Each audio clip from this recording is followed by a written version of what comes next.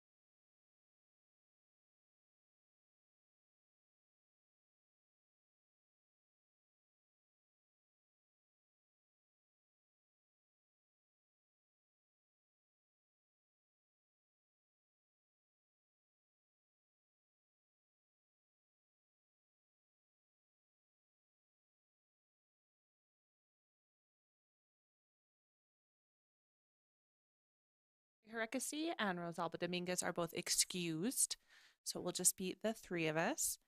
And we've got some minutes for approval. Were there any corrections, or would anyone like to make a motion to approve them together? I'll move that we approve the minutes for the City Council workshop on February 18th, 2022, and the Committee of the Whole on March 1st, 2022.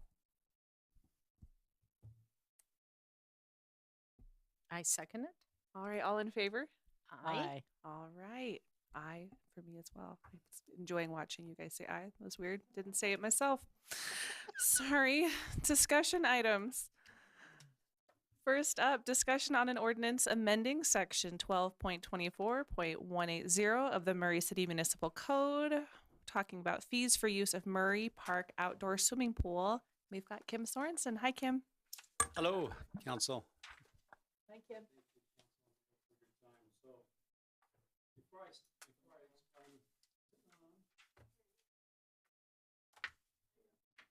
Can you hear me now?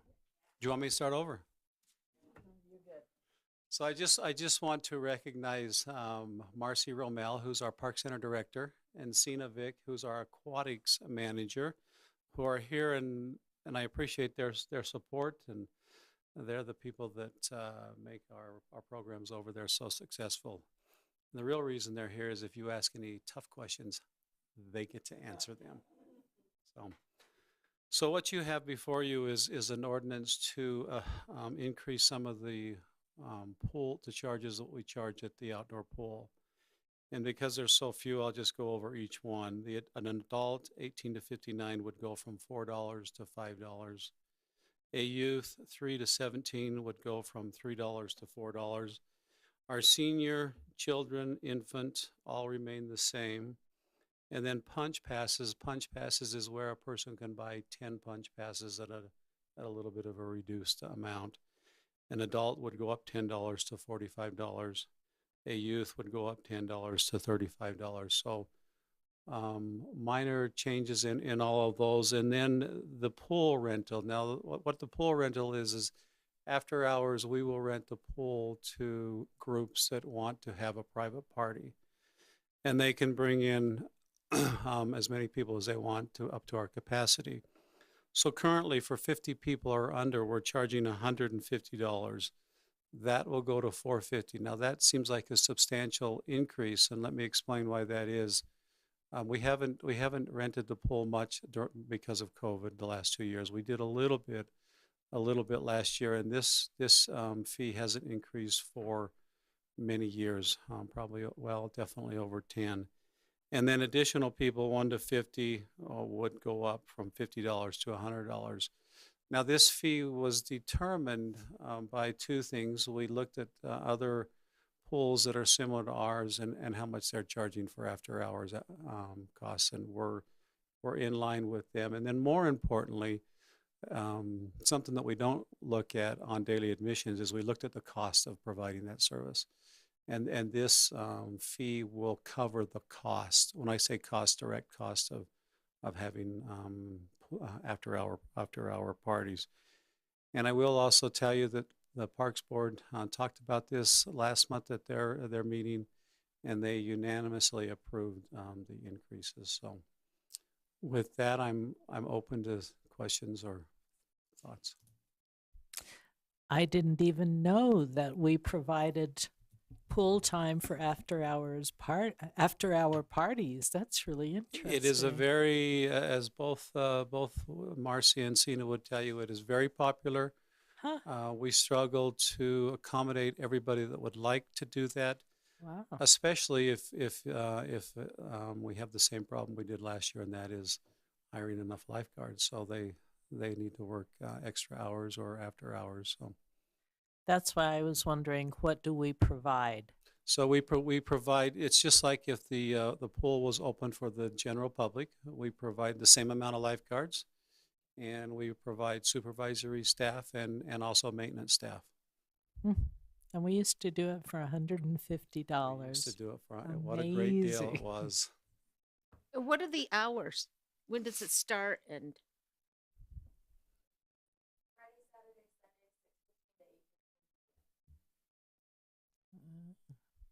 Okay.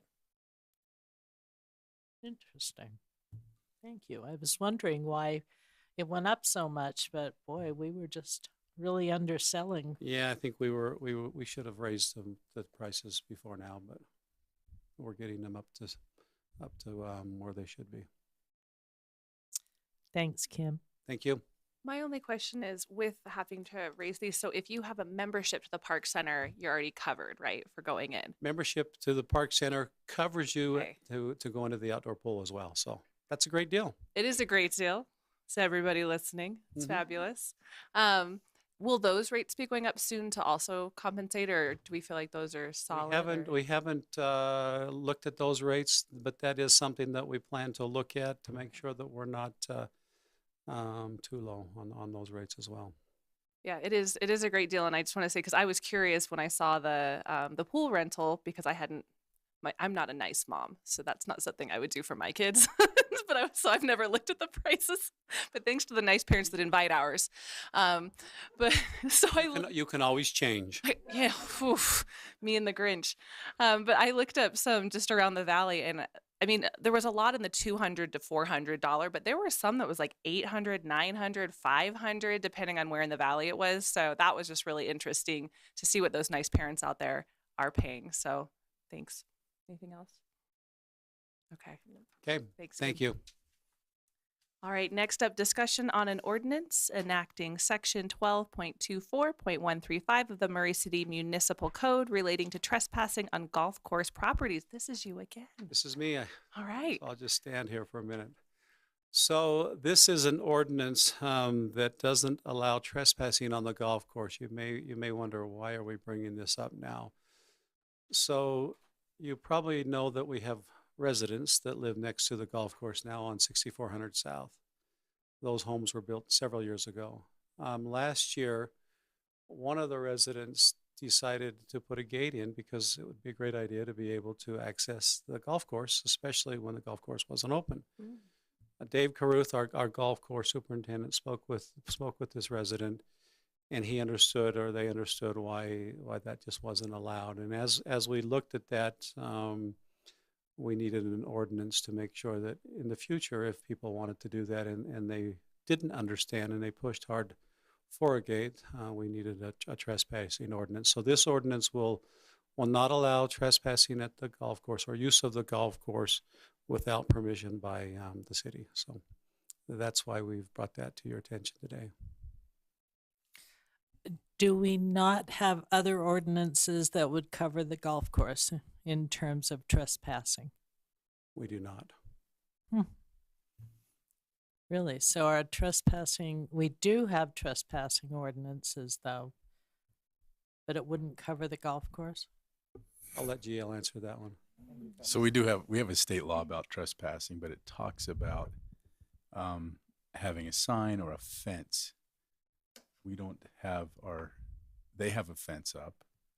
And so this just makes it clear that law applies to this area as well as any other area in the golf course. If someone were to get on after hours, we could cite them for trespass. And so on the sign, will that specific ordinance be placed? We put the citing of the ordinance, is that also? I don't know what the plan is as far as signage out there. We hadn't thought about that, and It's just- as I think about your question, it's something that we can talk about. I don't see a need for it. Okay. It's really going to apply simply to homeowners or future homeowners of there that insist on. There are some areas where you couldn't put a gate in and go in and use a golf course, but ours isn't one of those, and we don't want to start that, especially for so few people. Right. And liability issues, I And would think, as well. liability and damage, and it just brings a lot of. That's why I'm surprised that we don't already have an ordinance that would cover that. That's crazy. It's probably just never been something that's come about because we haven't had residents. Now we do have a church on the northeast corner of the golf course, and they have a gate to access the golf course. And we've allowed this to happen because if they get a home run or a foul ball that goes into the golf course, they can open their gate and go out and get the ball, and that hasn't been a problem. Interesting. Beyond the gate issue, has there been an issue with just rogue walkers of people being out on the golf course? Has that been a problem that police have had to be called or? So it happens, Yeah. not often. I wouldn't say it's a problem because it doesn't happen a lot. We have gates and we have fences that means you have to jump a fence to get into the golf course. Now you can imagine there's probably youth that's younger than me that can hop a fence and go and do whatever they do on the golf course at night. So we have had problems. Last week we had several of our flags stolen at night. So we know somebody entered the golf course at night last week, but I wouldn't say it's a problem. It doesn't happen very often. Thank you. Any other questions? Go ahead. So I'm kind of just back on the trespass thing, GL. When people go on city property, we don't have an ordinance that we could require them not to go because it would be trespassing. So trespass statute talks about giving people notice that they're not allowed to be there. One way is a sign, one way is a fence. So at the golf course itself, there's an overall fence that we could use that for, but where these folks live, it's their fence. It's not our fence. And so we've passed that ordinance because of that. On other properties, we have an ordinance that doesn't allow someone in a park after a certain time, for example. That becomes a trespass as well. So we do have some. So we do that have. would not have applied in this particular instance. So you think that we need a specific one for the golf course, but Yes. we have one that's kind of a blanket We have So citywide. as far as city parks, we have a time frame when you have to be out of the park. Oh, okay. Yeah. And that I believe is posted at each of the parks, if I'm not mistaken. Okay. I just don't want to have a bunch of ordinances if we don't need Sure. them because then we're not very credible. But anyway, Sure.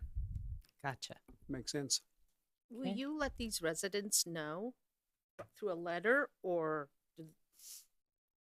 that that they're trespassing? I mean, If a resident decides to put in a gate or wants to use the golf course, then of course we'll nicely go over and speak to them like we did with the last person. But as far as sending a letter telling them there's no trespassing, we don't plan to do that. Okay. Most people probably already, like Diane said, most people probably already believe there is an ordinance and it's not okay. Thank you. Thank you. Sounds good. Okay.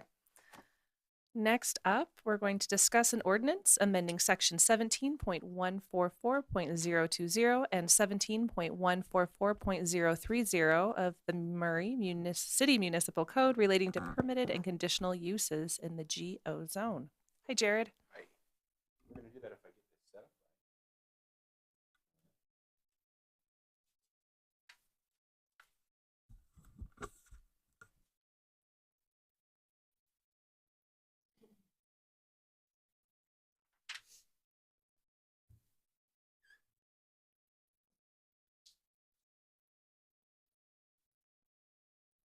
right. Okay, thanks. And again, yes, just like you said, this is a text amendment basically to two sections of the general office zone, the GO zone.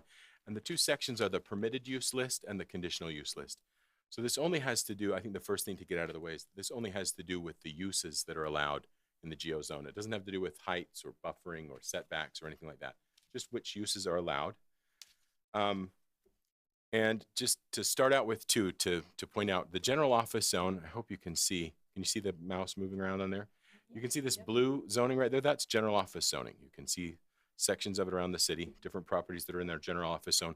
It's not a particularly widely used zoning category in terms of the acreage in the city that's GO zoned, but it is spread throughout the city along kind of corridors. I've removed the other layers, the other zonings, and you can kind of see it better. It's in a big section here at Security National, around that office center, around the Exchange at 53rd South, et cetera. But then other than that, you see it along corridors, kind of. It's kind of a buffering zone between residential areas and other commercial areas or corridors. And none of those things about it would change. Those buffering requirements, the height limitations, et cetera, those would all stay in place because we feel like that's important.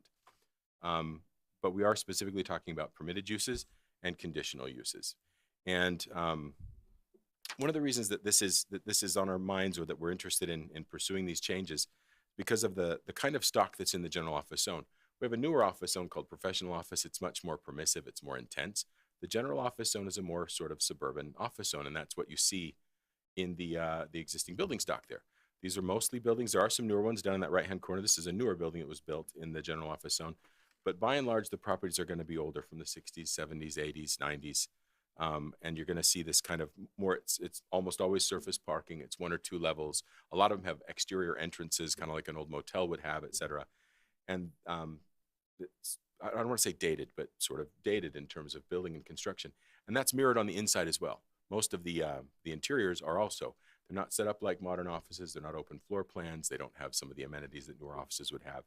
And so they have some struggles with tenants. Some of these buildings that you're seeing pictures of have vacancy rates of 50, 60% in some of those office spaces. It's harder for them to get tenants. And with this amendment, we're trying to open up some of those uses to get them some better opportunities for new tenants to keep them viable, to keep their properties viable while they transition to other uses. Because some of those land use changes, as you're aware, take a long time to sort of happen. And we don't want them to simply sit vacant or half vacant and start to dilapidate. We want to see some reinvestment in them, at least to some degree. And we think this might help to do that. With that said, you have in your packets that you got, there's kind of a detailed explanation of what we're doing, but you can really sum it up in kind of 3 steps. The first part is that we want to move a couple of things that are really simple uses that the Planning Commission sees a lot for conditional use permits from conditional to permitted use lists. These are already they're already possible, and we process conditional use permits for salons a lot in the general office zone. Looking back at those pictures, you can see a lot of times salons would go into these kinds of facilities. They're good spaces for them. They're affordable.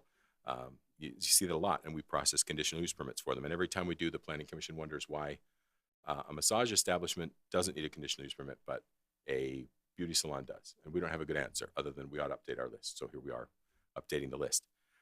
Portrait photography also. We couldn't see the need to really to put anybody through that process for conditional uses to talk about their hours, et cetera, for portrait photography studios. We'd like to move those to the permitted use list. The second part of it would be adding some things to permitted uses that have not been in those use lists in the past. Commercial photography, we don't see a lot of difference between portrait photography and commercial. However, we might want to control hours there. Shoe repair, Reiki, which is very much like massage, which is already allowed. Life coaching, consulting, this is a category we've not seen in general office, but they're very much attracted to those facilities, those types of, they're good tenants for them. They're not too expensive. They don't need a lot of space. They don't need the top of the line, newest kind of office space. Advertising and jewelry repair, watch and jewelry repair, very small kind of accessory types uses, ancillary uses that make sense to us in those facilities and would be good tenants for those folks. The third part would be adding to the list of conditional uses a few things that have not been possible before. Dry cleaning, which seems like kind of an obvious ancillary use, and we allow it in our professional office zone as an ancillary use. Body art and tattoo studios, locksmiths, and then cameras and musical instrument repair for conditional uses also. So those ones would be left in the conditional uses to control hours of operation, that kind of thing, to keep that buffering that's in place intact. So the physical parts of it are already there: height, setbacks, et cetera, parking requirements. We want to make sure the hours are observed as well. So we'd want that review with the Planning Commission for those conditional uses for those types of activities, but we feel like they'd be appropriate tenants. The Planning Commission did hold a hearing on February 17th. We mailed notices to affected entities and to the different departments in the city. We didn't have any remarks from anybody from the city departments or from affected entities. The Planning Commission did vote 6-0 to forward a recommendation of approval to you as a council. These findings basically go over kind of the things we just touched on. If you have any questions about those, we can talk about them, but we do feel like there's a good reason to do this, to help these properties. And if I didn't make it clear at first, we do feel like this will help property owners, help the property owners get tenants for some of their vacant uses and keep money going into these facilities so that the grounds get kept up and the facilities get improved as they're probably going to transition out, because office culture has changed a lot and the needs of different tenants will change over time. But as these on the fringes in the more suburban environment, they'll take longer to change. And we want them to be kept up so that they continue to be an appropriate buffer over time. So that's basically what you're seeing in the findings. So we're still recommending that along with the Planning Commission, that the council approve the proposed text amendments to sections 020 and 030. Any questions? Hi. Sure. Would you go back 3 slides, I think? That one? Yeah, Great, thank you. sure. And I think most of them make sense. My concern is with the body art and tattoo studios. Okay. Where are they now? Where are C- they? CD zoning and in all of our mixed use zones. So they're allowed in our commercial retail zone, basically along State Street. Well, I'll go back to the Right, there are quite a few on yeah Long State Street. All of that red zone would allow them. Our MCCD zone, and I'll give you my spiel on body art and tattoo studios. They had been allowed mostly in our industrial zone and our CD zone in the past. Tattooing and body art has changed a lot over the last 5, 6, 7 years. And we have, in the zones that we've done new, in our newer zones, we allow it as a permitted use in all of those zones. So we didn't feel like there was a big rift between the body art and tattoo in the, like if we allow it in the center of town in the MCCD zone as a permitted use, we didn't see any real issue in allowing it in the GO zones. It's just changed as a business a lot. Okay, so then this is really used for buffering. It is. Correct. What about the signage? Because I look at the the signage on the tattoo parlors and that's That's a great I'm not point. sure the neighbors would be really happy with having. And I could You not know agree where more. I'm going. I do, and I couldn't agree more. And that's why it's listed in the conditional uses. For one thing, for the hours for conditional uses, because they tend to want to be open later. And in an office environment like that, like the GO zone, on State Street, no one's going to notice if they're open until 1:30 in the morning or 2 in the morning or taking clients. But in that GO zone, they would. So the likely outcome for the Planning Commission would be to say, at 10 o'clock, this needs to be shut down.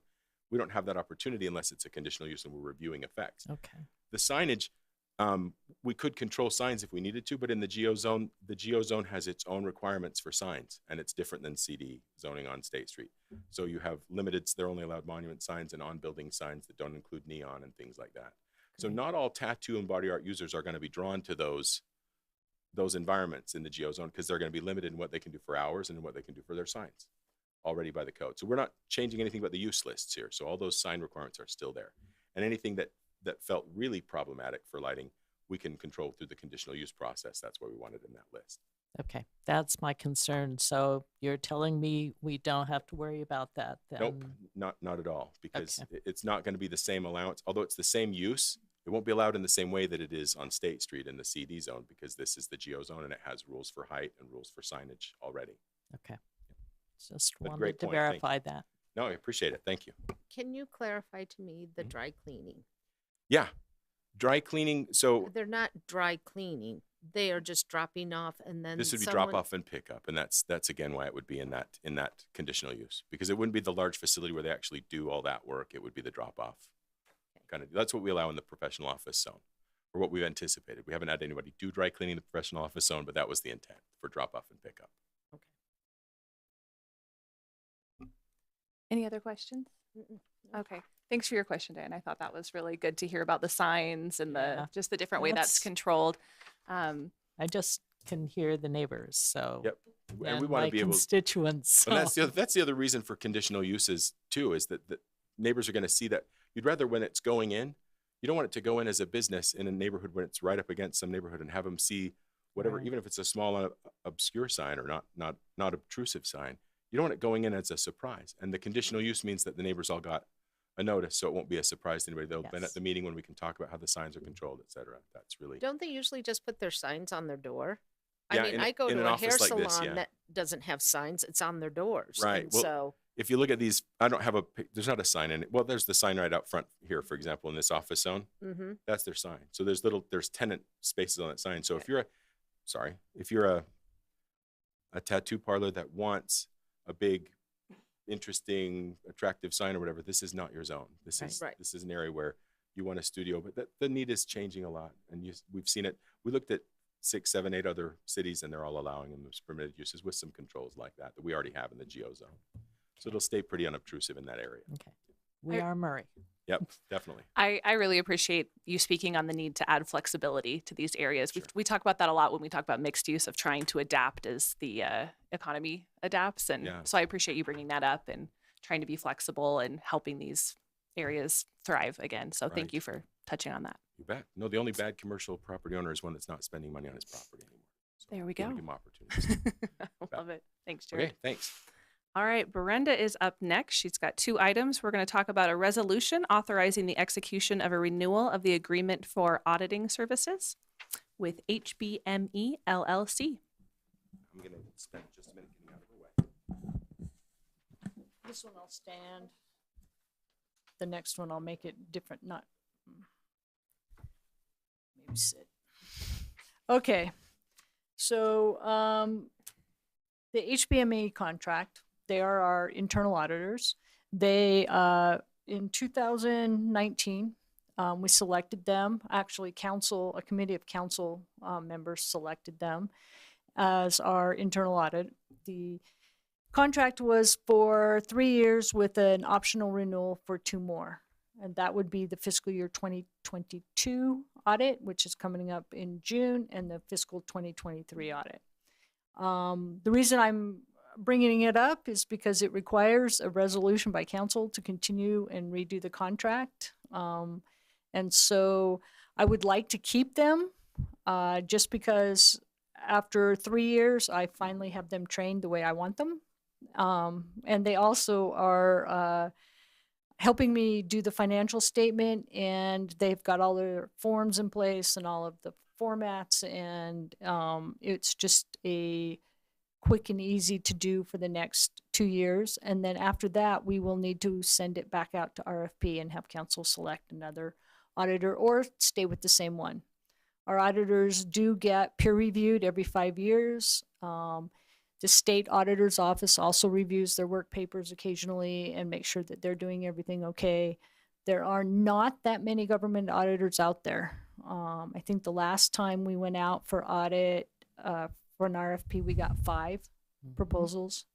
And those were the 2 that we had already worked with before and 3 others. And one was a national firm, which I'm not too sure I want to be the small cog in some national firms list of clients. So that's what this proposal is for, just to renew that contract for another 2 years. And any questions? Well, of course. I was on that committee, and Right. and there was 5, and these guys really stood out, and we were very pleased. And it sounds like I'm sure they've done a good job, and they work with all of us, and so that's helpful. Pam, you're on our budget committee. You're vice chair. How do you feel I about feel like it? if you've got a really good relationship with this company, with this gentleman, and you've had this relationship going for 3 years already, Mhm. and you haven't had any problems with this person at all, and he's being audited also, Yeah. I say, let's stick with him. Let's Okay. stick with the company. I have no problem at all. I mean, it's like finding a plumber. You got the plumber, keep the plumber. So yeah, you don't want to mess with something different in the middle of Right. an audit. So I'm comfortable after having a conversation with you a month ago. Yeah. I feel very comfortable with him. And I'll have Jennifer put in her calendar, which I have done, in 2 years from now. As soon as we finish the audit in December, we'll start talking about an RFP to make sure that we get that done in plenty of time to select a new one, even if it's the same one. And even if you brought up some red flags, I would listen to those red flags that you're throwing up. I would take heed to those things that you have concerns about. But you have not given us any indication on He's that at all. So very let's- easy to work with, works with a lot of other cities. Yeah. And he's the gentleman that came last year and he gave us that book. You gave me the book, and that's him. Is that Rob Wood, Yeah. yes. Okay. Yeah. And they are raising They are $2,000. they're raising the rates. It's kind of keeping in line with inflation. Every year they go up a little bit. He's keeping the financial statement preparation at the same price it's been since he started it. And if you went per hour, he's probably giving us about a $3,000 discount on that particular amount of work. And then the single audit, hopefully if we can get all this ARPA money spent in the next 2 years, we can stop having those, if they will kind of stop sending us federal money, which is a good thing, and so it's a bad thing. I mean, I have to be audited because of the volume, but get a single audit on just the federal government money that we are spending. So, when that concludes, he will stop doing the single audits, because normally we don't have more than $750,000 of federal money that comes to us. It's down around 100, 120. Okay, sounds good. Thank you. And then we'll move on to our discussion on a resolution establishing the spending plan framework for the city's allocation of the American Rescue Plan Act funds and electing the standard allowance under ARPA for the reduction in revenue due to the COVID-19 public health emergency. I tried to read it as awkwardly and slowly as possible to give you time to get set up for your next one.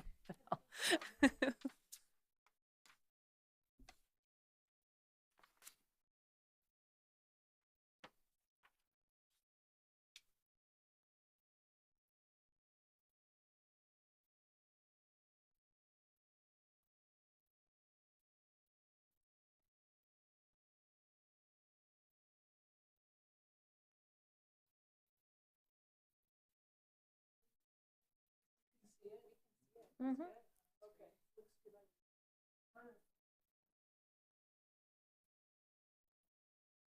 He has fought that battle before.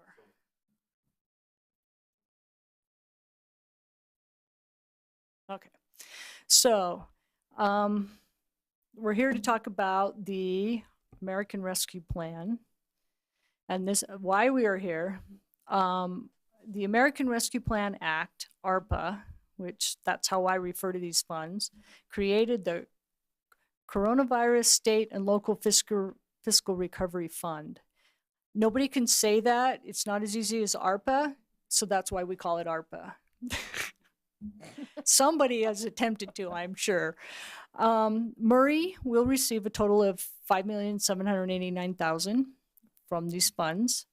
And as I prepare the fiscal year 2023 budget, I would like to include how these funds will be spent. It'll just make things simpler. We have received half of that budget, half of the 5.7 or $2.8 million.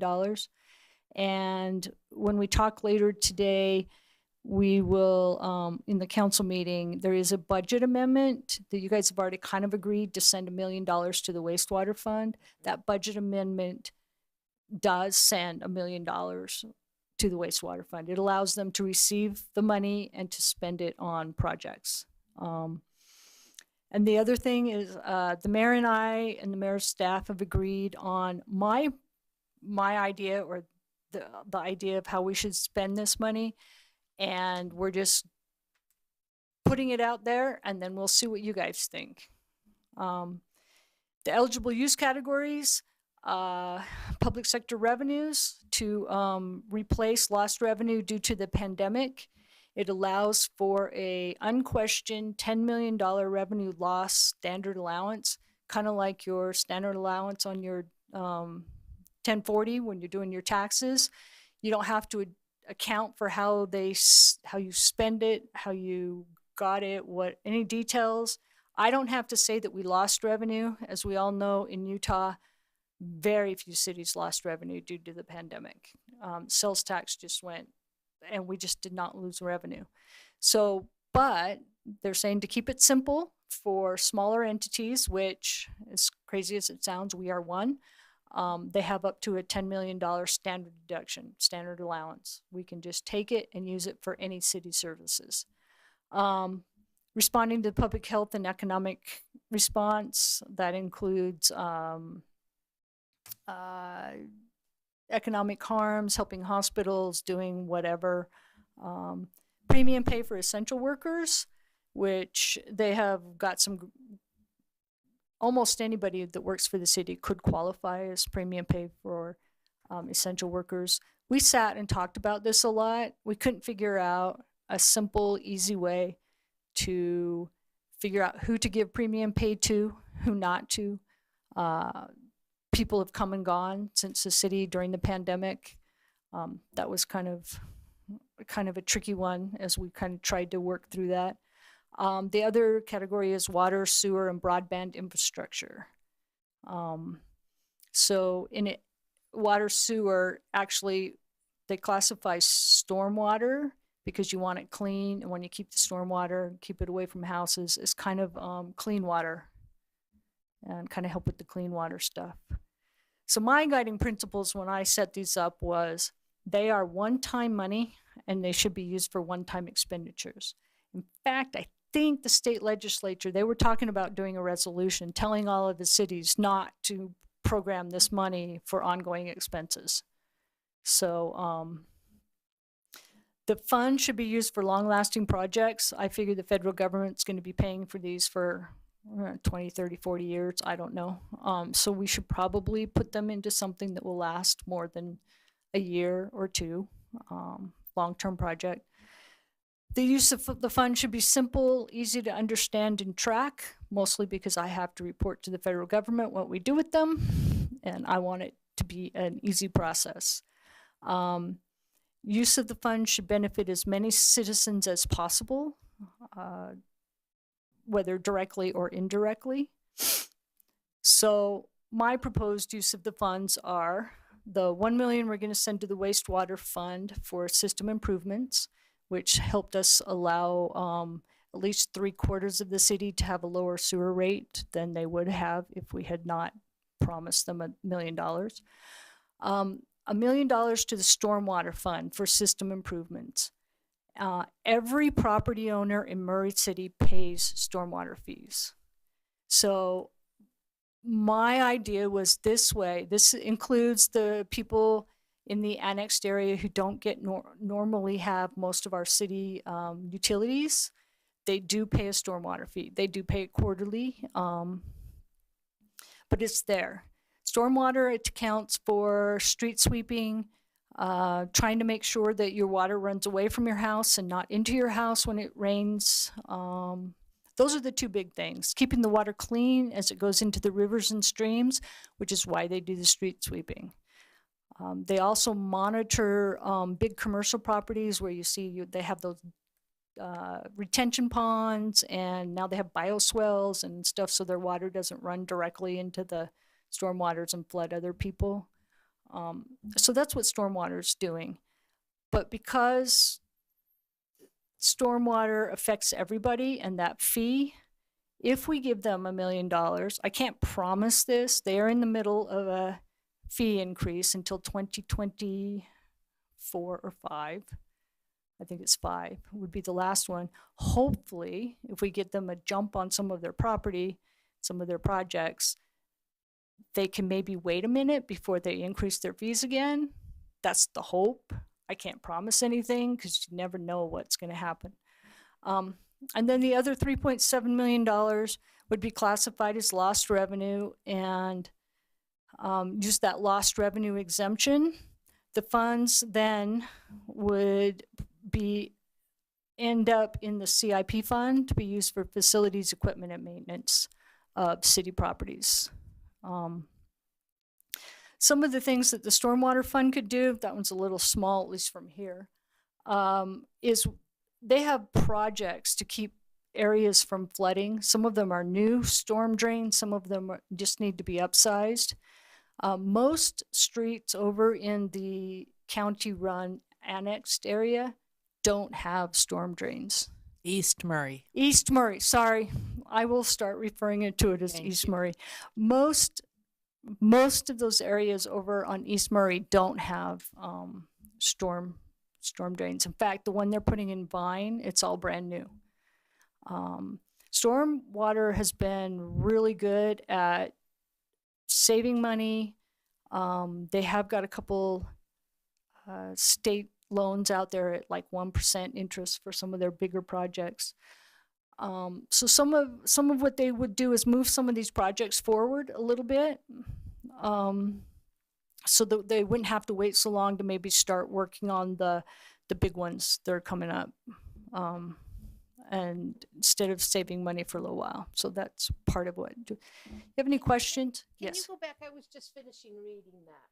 Oh, sorry. I don't I'm a know how to go slow back. reader. I just like to, that's okay. If you can't, don't worry about it. We'll get it later. I'm not as good as Jared at running It's this okay. thing. It's okay. It's okay. We'll get it. We'll get it. We'll see it later. That's why he sits there so he can run it. There we go. Okay. Just one more second. So just as interesting sidelight, Trey, as he's doing the Vine Street project, got money. Stormwater was supposed to put $500,000 into that stormwater system that they're putting on Vine Street. Trey found or got the state to give us more money to put that in.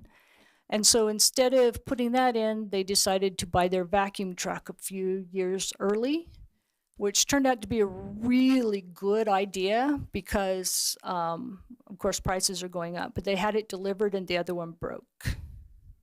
And so now we don't get to spend a whole bunch of money fixing something that we were going to replace anyway. So, and they're going to surplus that one. And they think even as is broken, it will get about $150,000 of revenue. Anything else? Would you explain what the lost revenue is, what that means, and because that would be 3.7 million, 3.8 million that would go to that. So what that does is, for my reporting purposes for the federal government, it says, I haven't seen the report yet, I have to do it by the end of the month, but it will say how much lost revenue have you had, and we would put in 3.7, whatever that number is. And then what happens is it rolls over into the CIP fund, and it can be used for playgrounds, pavilions, remodeling. So not the general fund.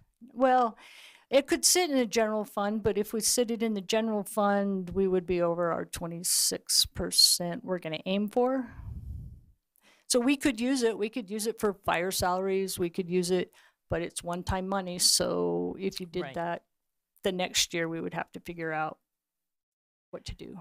And I would bet we all have our projects that, I mean, mine would definitely be environmentally sustainable vehicles and, Right. programming and those kinds of things. But that could also be accessed in that. In the CIP fund. In the CIP fund. And that's where most of our equipment is purchased, is in the CIP fund, because it's one time. And if you look on the 5-year, which you haven't seen yet because we're still accumulating, but when you do get the budget, if you look at the 5-year list, a lot of people have replaced this with an electric car or do this, and we are thinking about it. Sometimes the technology is not quite there yet for what they need. It's coming fast. It's coming. So, but yeah, so once it gets to the CIP fund, we could use it for Ken Price renovations. You could use it for armory renovations. You could use it for the theater. You could use it for fire truck. You could use it for more police cars. It can be used for anything that's a government service. So then we provide that information to our CIP representatives. Is that true? Yeah. Hey, Pam, so that's you and Gary. But I think we need to realize that some of this, we've got to remember the citizens too, when we're looking at this money and how it's going to help the citizens. Yeah. Well, of and course. So anything in the CIP fund Yeah. that you do helps some citizens somewhere. I mean, fire trucks, police Yeah. cars, Mhm. parks, Mhm. theaters. They all, I mean, it could be the same people that like to play baseball and go to the theater, or it could be two totally different people. And like clean air and Yeah, and like clean air and that kind of. So is my logic right when I'm thinking that this money you're saying go to CIP, it's all sixes because the money's going to come out of somewhere. So if you approve the theater but you don't want any use any of that money, then you'll pull it out of the general fund, or the CIP. Right. If you don't use it, if you want to use it for your project you're talking about, then you'll pull more money out. So am I correct on Right. that? It's all Yeah. sixes. Yep. Yeah. It helps every citizen. Right. Right. Whatever we do, it helps everybody. That's what I'm trying to get at. Yep. That's And, you know, if Danny had his way, he'd have me send all 3.7 to the stormwater fund, and we would get all those projects done and not have to borrow any more money in the future for a few years. So, and it's up to you guys what you decide to do and how much you decide to move in different places. The only thing I ask is you don't play with the $1 million for wastewater. oh, yeah. So that's when we provide our input. Okay. Yep. That's So, what I was- And this is on the agenda for Say. the next meeting to have you. So if you do want changes, I need at least 2 of you to tell me to change something. I'm comfortable with how it is. Do you have any changes? no, All right. I'm good. I just wanted to make sure that we understood the process. and- Yep. Yeah. And CIP, we have a meeting next Monday to go over the 5-year lists. And if you want, I can send them to you at the same time. It's not a big deal. I always like seeing it. It's just neat to see the long-term planning. And The 5-year, what's Yeah. out there, what their pie in the sky they would like to I do. get If we excited had, with them about the new fire truck. You know, it's like a community sort of. yeah. It'll be Okay. good. Thank you. Thanks, Brenda. All right, great questions, everybody. Our next thing is the National League of Cities Conference Reports. And so this was really great. We had all 5 council members and staff and the mayor's office all attend the National League of Cities in DC, and there was amazing sessions, and it was just great to see that enthusiasm for everyone coming together to do that. I want to thank the council for your patience with me trying to navigate this like reporting piece that I know hasn't been done in the past, but it is in our bylaws, which I think shows like we value transparency and sharing the knowledge with the community. I do just want to know, I hope nobody felt like I was assigning a book report. I don't see any posters back here. I am a little disappointed. I don't see like a open fold. It's under the desk. Glue sticks for you. So Pam, you do leave it in the car? We'll go get it. I have my PowerPoint. But so I just want to thank you for like your patience with me in navigating this. But I do think it's important to like just talk about it and mention it on the record of we did this thing and we're bringing back great things for the community. And I think that's really valuable. So I'll start and we'll just go one our way down. Please don't feel like you have to, do anything too long or extensive. Whatever you feel is valuable to share. Can we jump in if you're bringing up a subject? Yes, I bet I won't go long enough that you'll find that though. I bet. So the big thing I just wanted to touch on was there was lots of great presentations on equity. And so I have like lists of things of documents I'm bringing back to the Diversity and Inclusion Task Force. So I think that's really valuable to help inform the work that we're doing there that will eventually come before the council and the mayor's office. And a lot of conversations even within different sessions, talking with different cities our size and how they are helping making housing more affordable and accessible. And I just think that getting to speak with people from other cities of our size is so neat to see what they're doing and helps us expand our ideas and be more creative in what we're doing. So I'm excited to do the real point of, I know the book report was that I hope that we'll have more conversations from here to figure out how to implement the things that we learned and took away. So I hope that we can find a real like authentic way to do that. And again, thank you for the poster boards you didn't bring. I'm heartbroken. Pam, go ahead. Okay, well, seeing it was my first time. Hi, whoa, wow.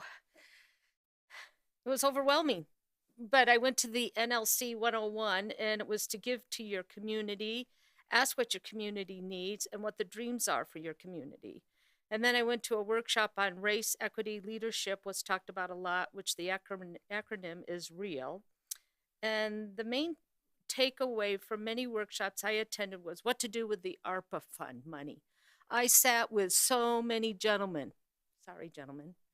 They had no clue.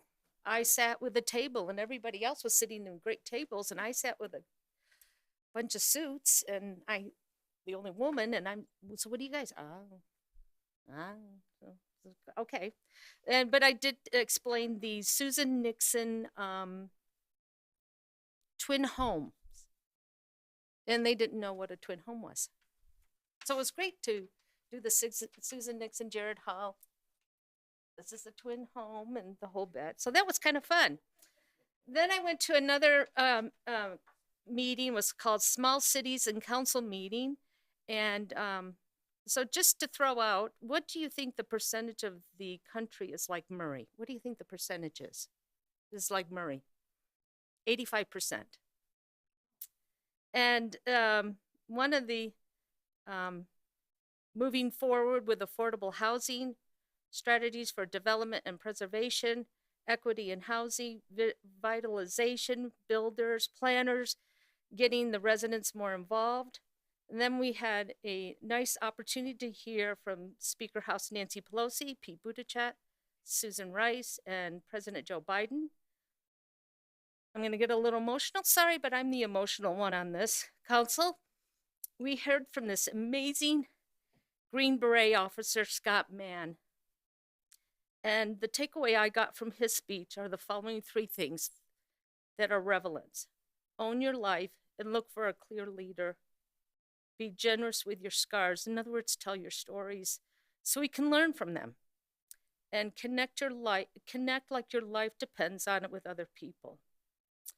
And then we went to several dinners, and I had an amazing connection with so many people here in the Valley that I had never met. And one of them was Salt Lake Council member Anna. And I had a great conversation with her and about,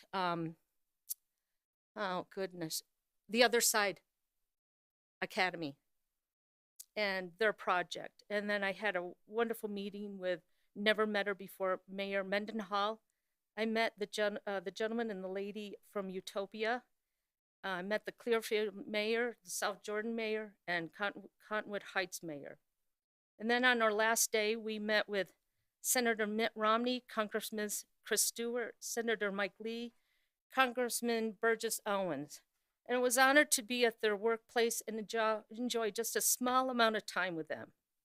We may all have different opinions than each representative, but we should respect of the office they are elected to. It was great to bond. Sorry, guys, geez. With the city council members and the administration. It was great to sit with them during dinner times, lunches, taking walks, and just sitting during a meeting to bond with the council members. And overall, I think Murray City is doing a great job. But then again, I'm like a proud mom whose child doesn't do anything wrong. But thank you for the opportunity that I had to go to DC. You're welcome. What she said.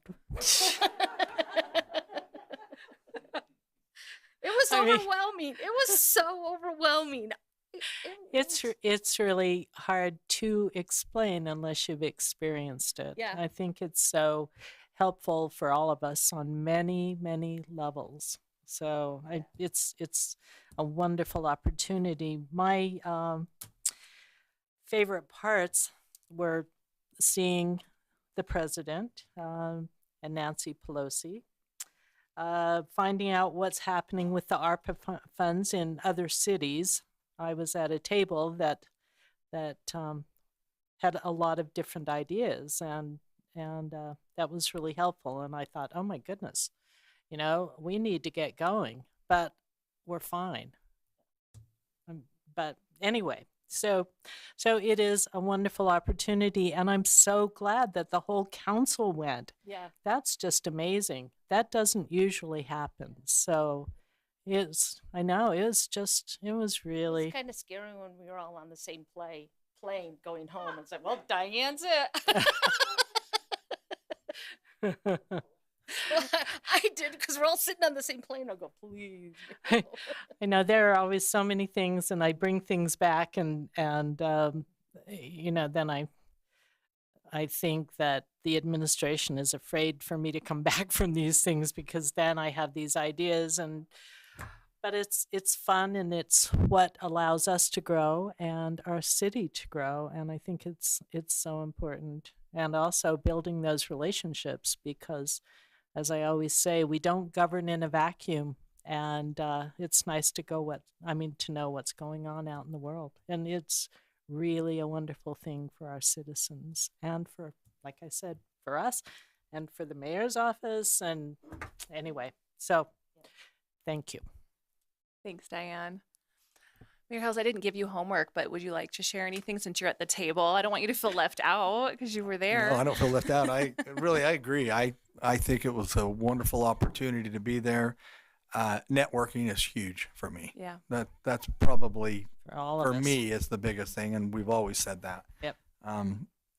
It was fun watching everyone. It was I got to hear from Pam a few days ago, and yeah, it was overwhelming. She was telling me like a lot of stuff going on, and interesting how you kind of just assume that you kind of know what you're doing, and yet you don't, because you're new, and so you're green and you're finding out, and but yeah, it was wonderful. I thought the same thing. I sat I think Tammy and I sat at the same table for ARPA funds, and phenomenal. It was Yeah. absolutely phenomenal. Some of the so- ideas they were coming up with, and finding out downtown opportunities. That was really fun for me to be able to focus on downtown and listen to some of these people that I'm thinking, like, yeah, that's what I'm thinking, just exactly, and got some information from them that I get to communicate with those other mayors and council members. So anyway, it was great to be with all of you. We had a great time. I look forward to doing it again at some Yes. others. So Yeah. thanks.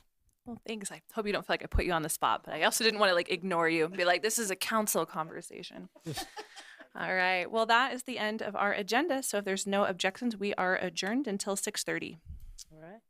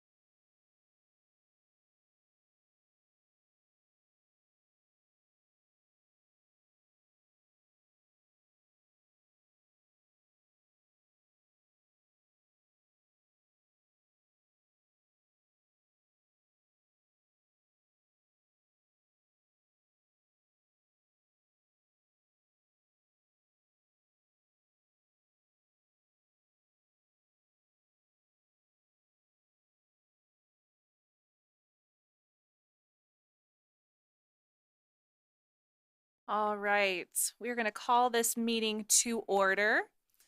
Please silence your cell phones. Tonight we have Rosalba Dominguez and Gary Harekesi are both excused for this meeting, so they will not be joining us tonight. And we will start the meeting with our call to order and the Pledge of Allegiance. And Sherry Van Bibber has graciously volunteered. She begged me to do it. Could she do the Pledge of Allegiance? And I said, we'd love it. Come on up, Sherry, and we'll do the pledge with you. Everyone join me in the Pledge of Allegiance. I pledge allegiance to the flag of the United States of America and to the republic for which it stands, one nation, under God, indivisible, with liberty and justice for all.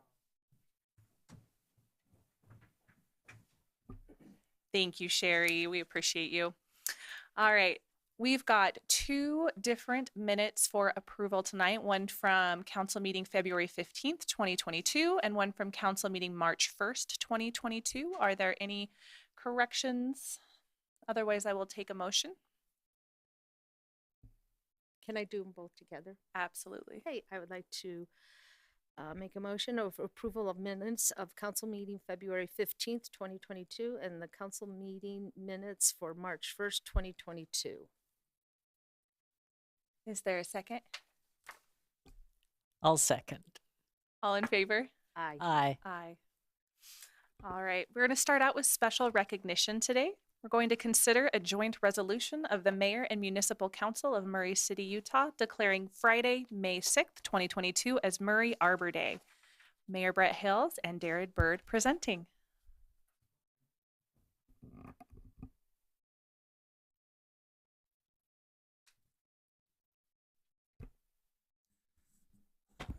Thanks for joining me here, Darren. I'll read this and then I'll let you say whatever you want to say. So, all right. Thank you, Kat. Okay. So as Kat said, I'm not going to read all this, but whereas Arbor Day is observed throughout the nation and even throughout the world on April 29, 2022, as trees, wherever they're planted, are a source of joy and spiritual renewal. And whereas no exact value can be placed on a tree, as the true value is the eyes of the beholder, and the emotional spiritual relationship between people and trees is far-reaching and complex. Whereas trees can reduce the erosion of our precious topsoil from wind and water, cut heating and cooling costs, moderate the temperature, clean the air, produce oxygen, and provide habitat for wildlife, as well as provide fun, shade, cover, and even safety for us and other living creatures. And whereas in preparing for the future, Murray City is committed to managing the confined spaces along the streets and near buildings, so we have a peaceful coexistence between trees, utilities, buildings, and people. And whereas Murray City's Shade Tree and Beautification Commission has as its prime objective the beautification of our city by promoting the planting and care of trees and vegetation that will continually add beauty and value to our community, making it more enjoyable and desirable place to work, play, and live. As a Tree City USA now for over 45 years, we are reminded that Murray is a city without equal. And now, therefore, be it resolved that the Mayor and the Municipal Council of Murray City do hereby declare Friday, May 6, 2022 as Murray Arbor Day, and urge all citizens to support efforts to protect our trees and woodlands, to plant trees that will gladden the heart and promote the well-being of this and future generations while beautifying our city. And we will now turn it back to the council. And then is that okay if we do the passing of it and then have Darren speak? Okay, thank you. Would you like a motion? I would. Okay, I will make a motion to adopt a joint resolution of the Mayor and Municipal Council of Murray City, Utah, declaring Friday, May 6th, 2022 as Murray Arbor Day. I second it. Brooke? Aye.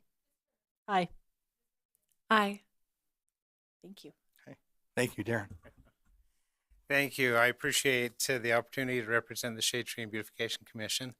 Just as a reminder, Murray City is the longest serving community with the Arbor Day Tree Foundation in Utah, and I think we only lack it by 1 year in the nation. I think Murray City came on the second year of the Tree Cities USA Foundation, but we have to meet certain criteria every year, and through the City Forester's Office, through Murray Power, we've been able to do that, so we're really proud of that designation. And then we invite all of you to the Arbor Day celebration on the first Friday in May at the amphitheater at noon. And we've invited the governor, and he has tentatively agreed to be there. You know, it's far enough out with his schedule, you never know. But also the state forester will be in attendance as well. So thank you.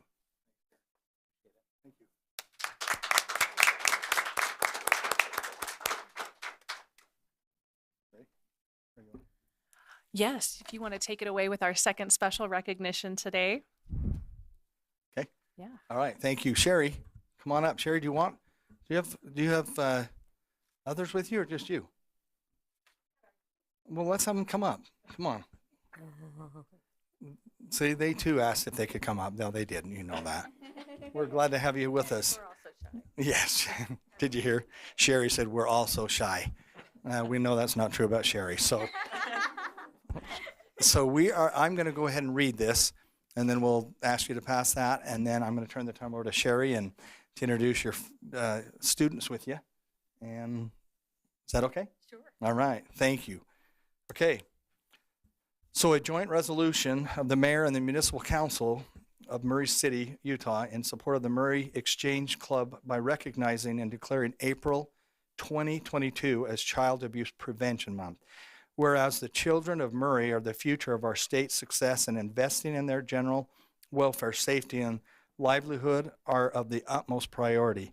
And whereas all children deserve to grow up in a safe and nurturing environment to assure they reach their full potential as they grow and develop. And whereas the protection of children and strengthening of families is the concern and responsibility of all Murray citizens, because of the wellness of children affects our lives now and will continue to affect us into the future. Whereas child abuse is a serious problem, with 149 confirmed child victims in the city of Murray last fiscal year, with each of those cases impacting an entire family and affecting the community as a whole. And whereas child abuse respects no racial, religious, socioeconomic, or geographic boundaries. And whereas all citizens of Murray need to become more aware of child abuse and its prevention within their respective communities, and actively encourage and support parents to raise their children in a safe and nurturing environment. And whereas preventing child abuse requires each member of the community to be attentive to the problems of families around them and commit to do everything they can to help. Whereas the National Exchange Club has adopted this cause as its national project and is supporting parent aid programs, parenting classes, educational programs, and community service activities, and is helping to make significant progress in stopping this crime against families and children. And whereas the Murray Exchange Club members are active and positive participants in the city of Murray in accordance with the standards of the National Exchange Club. And whereas the Murray Exchange Club is anxious and appreciative to share this worthwhile cause and opportunity with Murray City. Now for the mayor and city council of Murray, on behalf of the 50,637 citizens, proclaim April 2022 as Child Abuse Prevention Month, and we call upon all citizens to renew their commitment to be educated on the impact of child abuse and join in working for its prevention within our communities. Be it further resolved that in support of the Murray Exchange Club and this worthwhile cause, Murray City will fly the child abuse prevention flag in front of the City Hall under our flags from April 1st through April 30th, 2022. We are appreciative of the work, care, and concern that our victim advocates, police, and detectives put forth in dealing with these tough cases. It is our hope that those numbers will decrease as families develop healthy, caring, nurturing, and loving relationships. And be it still further resolved, we commend the Murray Exchange Club for their continued efforts in helping families break free from this vicious cycle of child abuse. Our nation's greatest asset is our children. All children deserve to grow up in a safe and nurturing environment to assure they reach their full potential. And we will now turn that back over to the council. I'll take a motion. I would like to make a motion of a joint resolution of the mayor and the municipal council of Murray City in support of the Murray Exchange Club by recognizing, declaring April 2022 as Child Abuse Prevention Month. I'll second. Brooke? Aye. Aye. Aye. Thank you.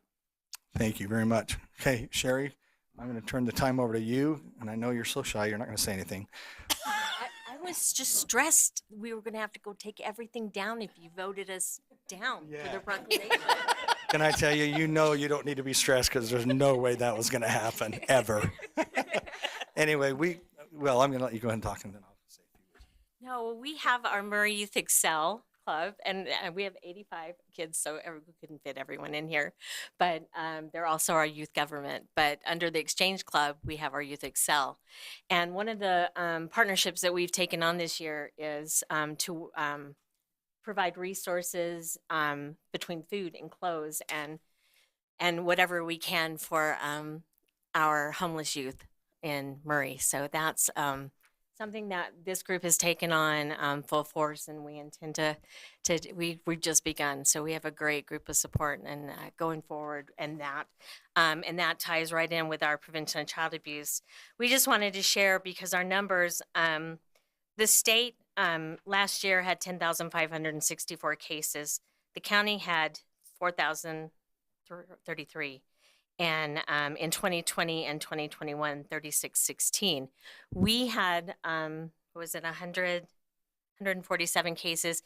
We are diminishing every year, and that's a great thing, but it's not great until we're at 0. So there were 87 cases of abuse in front of a child also.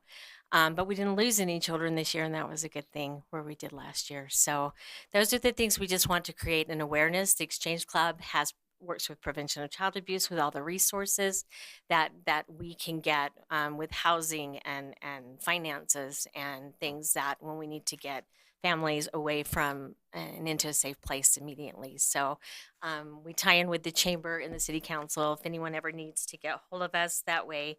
But we also wanted to share, we've turned over the chamber golf tournament this year to prevention of child abuse too. So that's April 22nd. So we've decided to put the funds for that towards prevention of child abuse and our Haunted Woods. If anyone has ever heard of the Murray Haunted Woods, this year it's going to be the 24th, 25th, and 26th.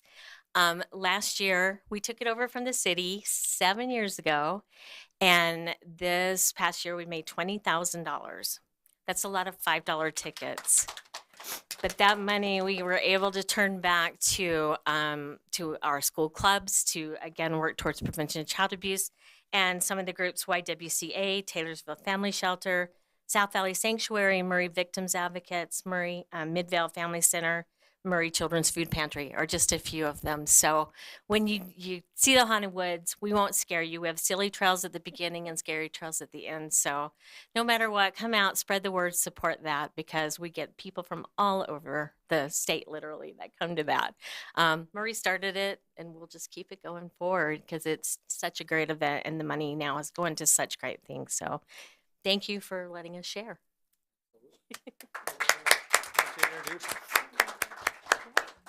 I'm going to let them introduce themselves.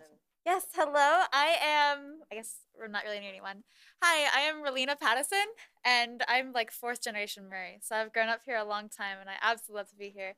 And this year, I got to help organize and plan the Haunted Woods. And that was one of the most, I feel like just blessing things I've ever been able to do is meet some of these amazing people that help make it all worthwhile, and then get to work with our youth volunteers to just make it all happen. And it's crazy that this is something that we're working towards in our community, which is so good because it doesn't get enough attention for how important and such a big issue that it is. So thank you. And she's headed to Pepperdine. Yeah. So we're going to lose her. Wow. All right.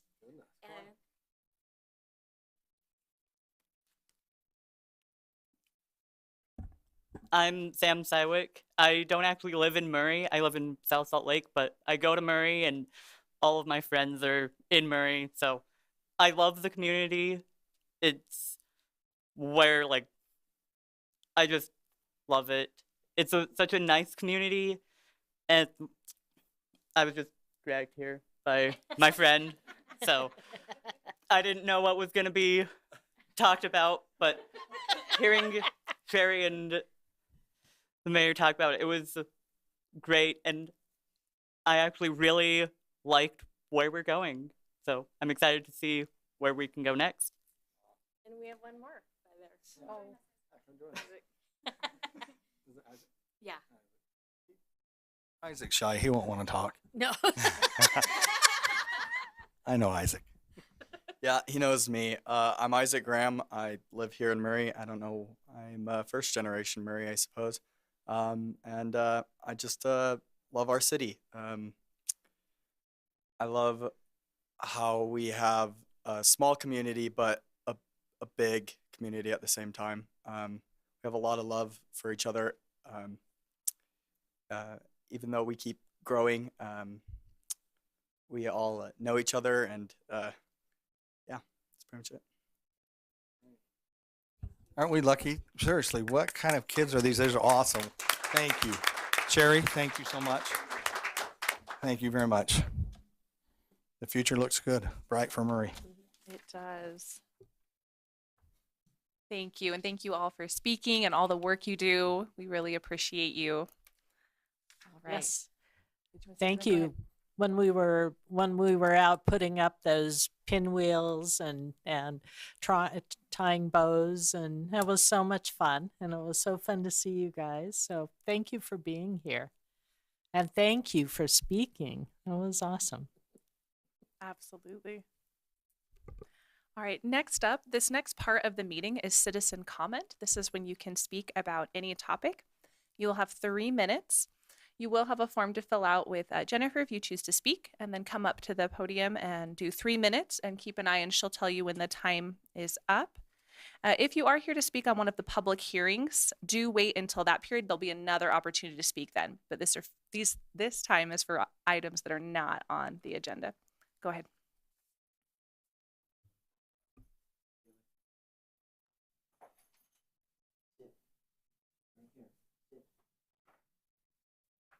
This is Sai.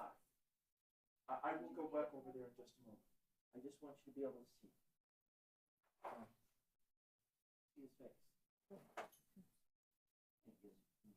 on. Come here. Come. Lay down. Lay down. Stay. Sorry. I wanted to bring him along for a very specific purpose. My name is Lawrence Foreman. I reside within the boundaries of Murray City. Cy was actually found by a Murray police officer wandering loose a little over 2 years ago, and was kept in the Murray City shelter for about 30 days, and then was transferred to the Humane Society, where I met him and adopted him. His purpose in coming with me today is because my daughter and I were over at the West Valley City shelter, and we were looking at a dog for her to adopt. And the dog that she was looking at, short version, attacked him. That's why his face looks the way it does. It's been about a week and a half or so. He's healing up very well.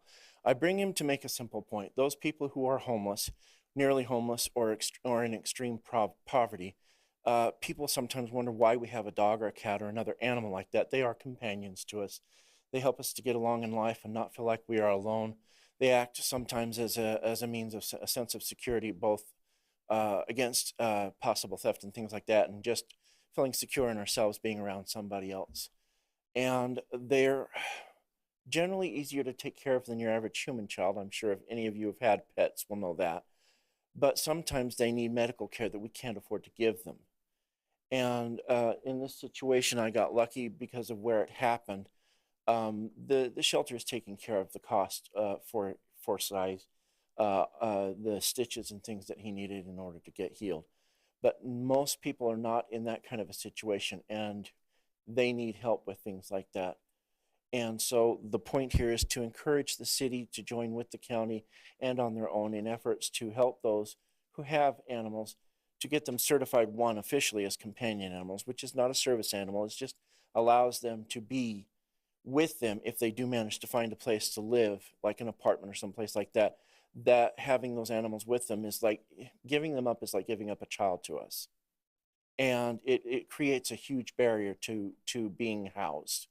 So that's one thing. And the other thing is to help for those who do have something where their animal needs to be seen to by a vet, to get them in programs that will allow that to happen so they can not only maintain their vaccinations, but any other more severe medical needs when on occasion they're necessary.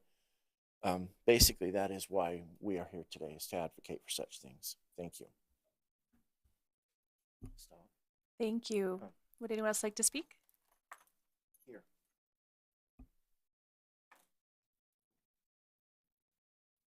Hello again. My name is Raylena Pattison, and I say it was a few weeks ago, back in January, I got a wonderful opportunity, actually help funded by Murray City, to go to Legislation Day at Utah, at the state capitol. And as a few of you know, Utah's actually getting a new flag. We've had a competition too. And when we were there, I got to go to a clinic to learn about flags and how important they are. And I have no idea how to pronounce the flag specialists, but flags are a big sense of pride in a city and in a state. And I was actually in this clinic and I was sitting with my friends and we were like, does Murray have a flag?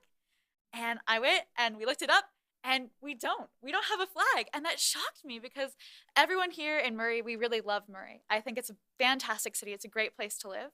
And I would absolutely love for us to either have a contest or put it towards like the arts board to get our city a flag so we can show our pride and our representation of like how proud and happy we are to be a part of the city, because we were learning about like places like Chicago where they actually have a city flag and it's flown everywhere. It shows all these cool pictures of just how the pride and the community that it builds, just having a sense and a symbol of what we stand for and what we're proud of. So I would like to bring the ideas to our minds to get a city flag to help bring our pride and show our pride in our wonderful city. Thank you. Thank you. Would anyone else like to speak at this time?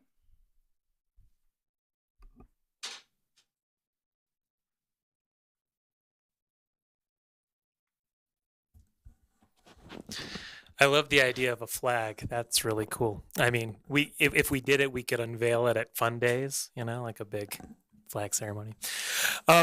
So I actually wasn't going to say anything, surprise, surprise, but, and Patty asked, and I said, no, I'm just gonna, enjoy, but I was listening to the earlier meeting. What is your name? Sorry, I'm Clark Bullen, and I live in District 3, right over on Treetop. And I was listening to the Committee of the Whole meeting, and the portion that Brenda was doing about ARPA funds, and how there is 3.5 million-ish set aside for, it seems, it was something about loss of funds, but it seemed like the purpose being is kind of in case of a rainy day, we could tap these funds for various different purposes.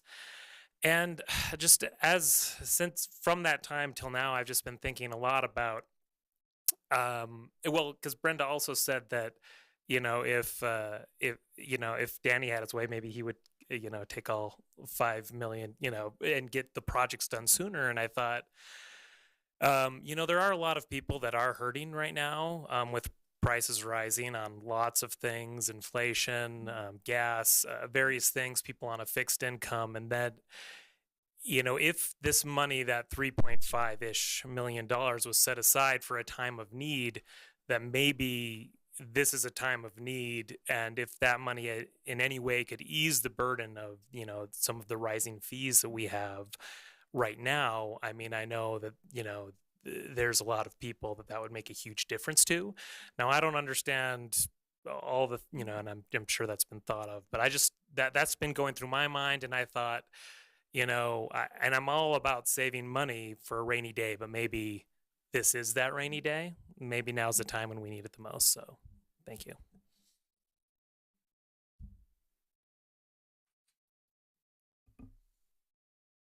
Would anyone else like to speak?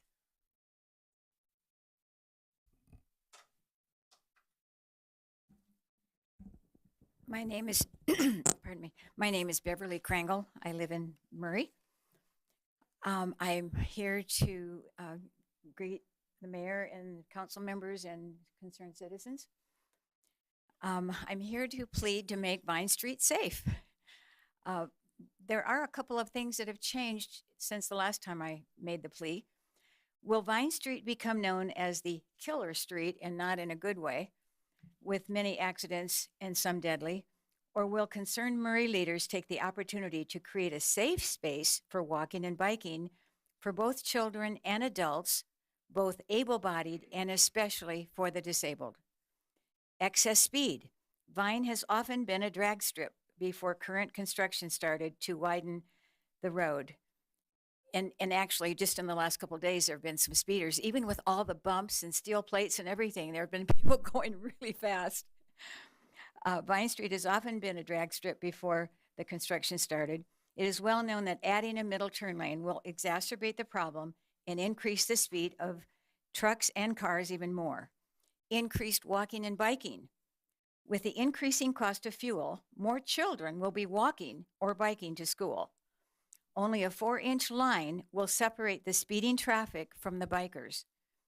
Why not add rumble strips and at least a foot, just 12 inches of a striped visual barrier between the traffic lanes and the bike lanes to visually separate those two? There are few crosswalks between 2nd East, 200 East, and Highland Drive. There are only 4 crosswalks. That's over 1.5 miles. Nobody's going to walk 2 or 3 blocks before they cross a busy street. And once the middle turn lane is completed and the street is wide, people are not going to walk 2 or 3 or 4 or 5 blocks to cross. You're going to have kids and adults going from school or churches, church meetings, social events, school activities. And the few crosswalks we have, invariably there will be many problems. Having only 4 crosswalks and 2 of those have stoplights. The other ones just have the flags. Silent vehicles. With the onslaught proposed for electric vehicles, they further endanger the children and citizens, all citizens, especially in early or late hours. Since the electric vehicles are silent, people don't hear them coming. Before and after school activities will have people crossing in the dark, and they will not hear or see the vehicles coming, especially in the dark. Safety programs. For the last 2 decades, an awareness of the, quote, deadly epidemic of speed has led to many federal, state, and school programs. Would you be waiting to build the city hall and once it's built, then see if we need fire protection, gas protection, fire escapes, things like that? That's your time. Thank you. But they're waiting for the finish to put any safety features in? Thank you. Thank you.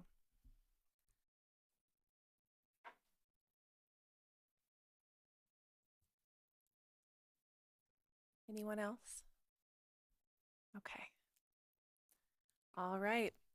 Then we will move on. There's nothing on the consent agenda this evening, so we'll move on to our public hearings. The first one is we're going to consider an ordinance amending the city's fiscal year 2021 to 2022, our budget, and it's Brenda Moore presenting.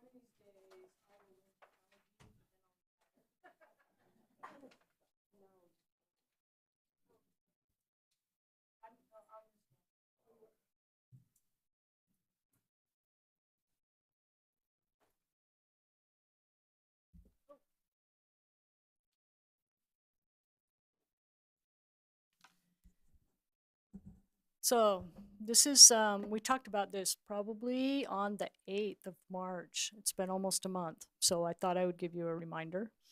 It's my budget opening number 3.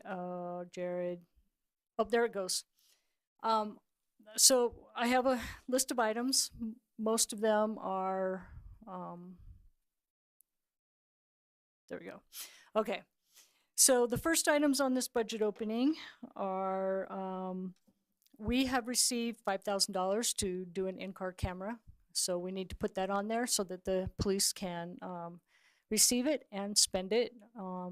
They're forever buying cameras. That is their second most purchased item, I think, for the police department.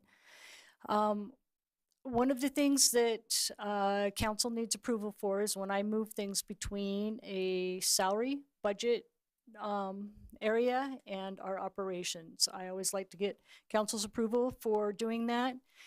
As you know, we have some open positions for building inspectors. So if anybody knows any contractors or anybody with the trade wants to become a building inspector, we are hiring all the time. So I need to, we've been, because of those open positions, we have been hiring outside engineering firms to do this. So I need to reallocate some of the building department salaries down into professional services. That's $160,000 for this year. And then the other thing we do is I cannot move money between departments without council approval. Every year when we get that final little bit of property tax that the assessor says we are going to receive, I put it in non-departmental miscellaneous expense, waiting for something to happen that we haven't planned.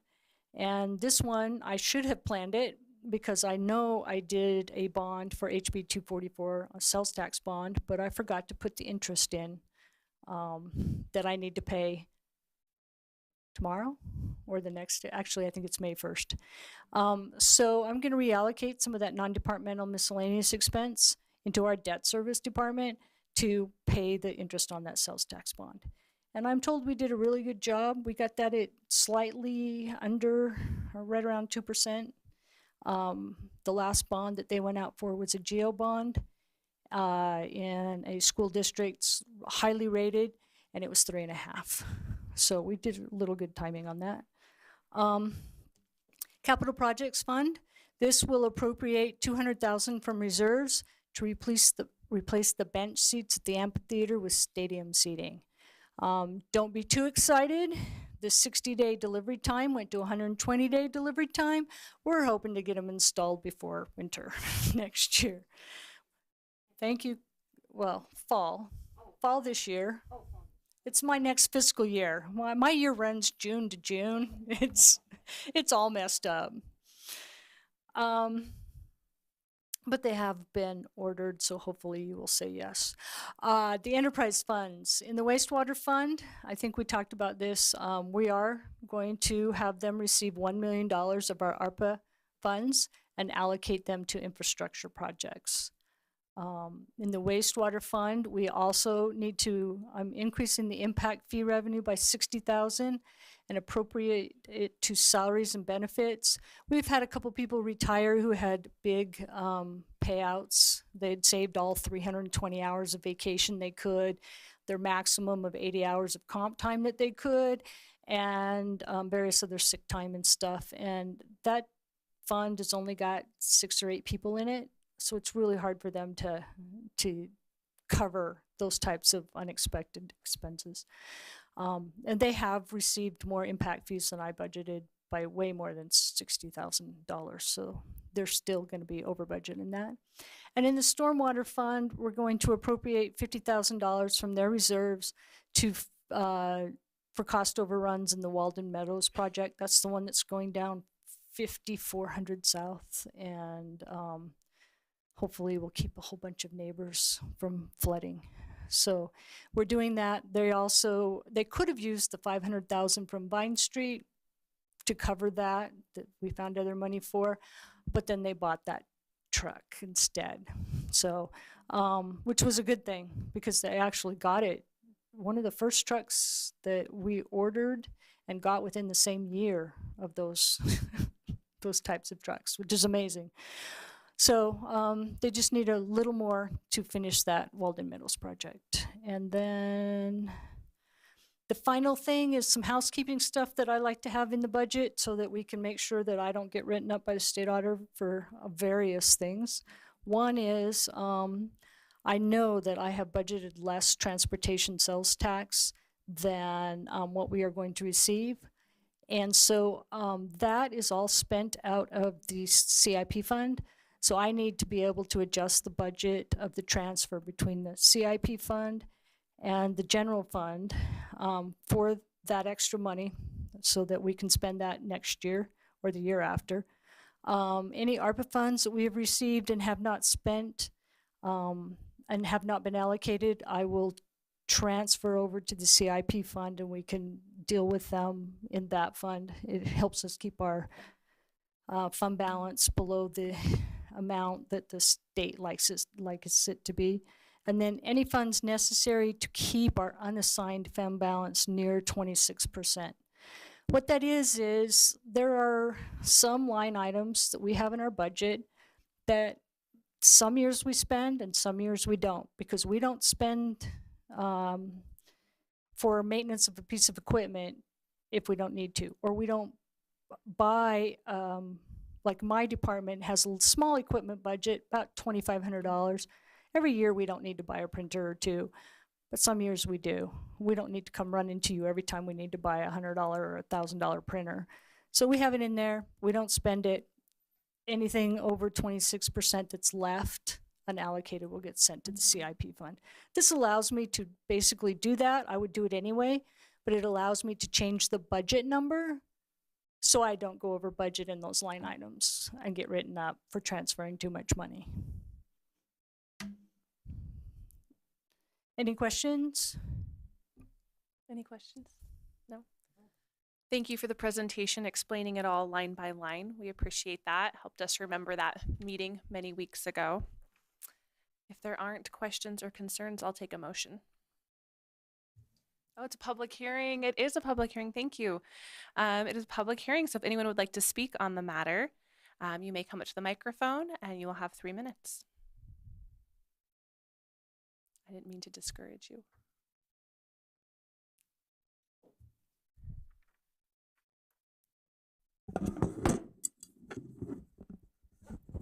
My name is Beverly, live in Murray. On the way over here, I heard a report in the news about the increase in shoplifting, and especially for small businesses. And I don't know if Murray's having that problem or not, but I also thought about the swimming pool and the increase in funds and how much it costs for a family to go swimming. And when I was growing up, we went swimming every day as young children. And I just wondered if some of the ARPA funds could possibly be used to help keep some of the kids, going and doing something active, improving their health and keeping them out of shops where they might shoplift otherwise. I don't know. It's just an idea that I thought, why not think of.